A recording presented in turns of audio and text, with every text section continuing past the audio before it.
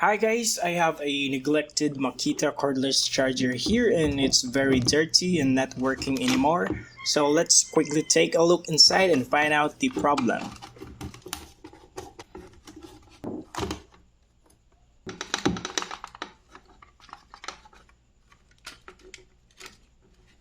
Some parts are pretty rusty, especially the LED indicator. It's so rusty that it just falls off. Anyway, checking through the multi-tester shows that there is no output voltage, but there is an input voltage from the outlet. So maybe the problem is the transformer. So I separated it for closer inspection.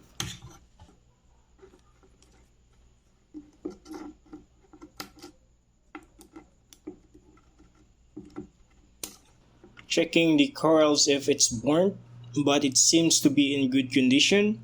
And then that's when I noticed that the connection from the outlet to the transformer had a fuse. I should have checked this first.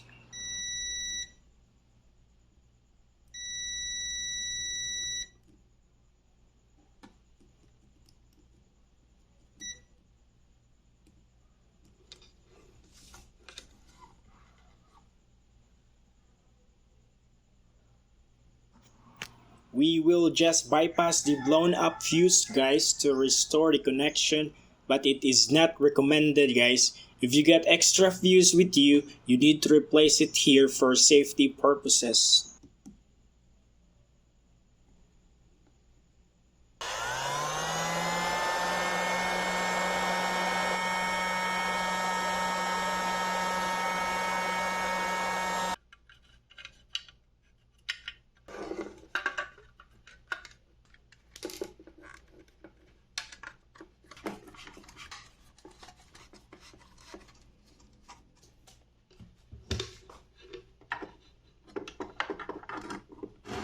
And we get output voltage. Now we need to charge the battery and test it on a cordless drill.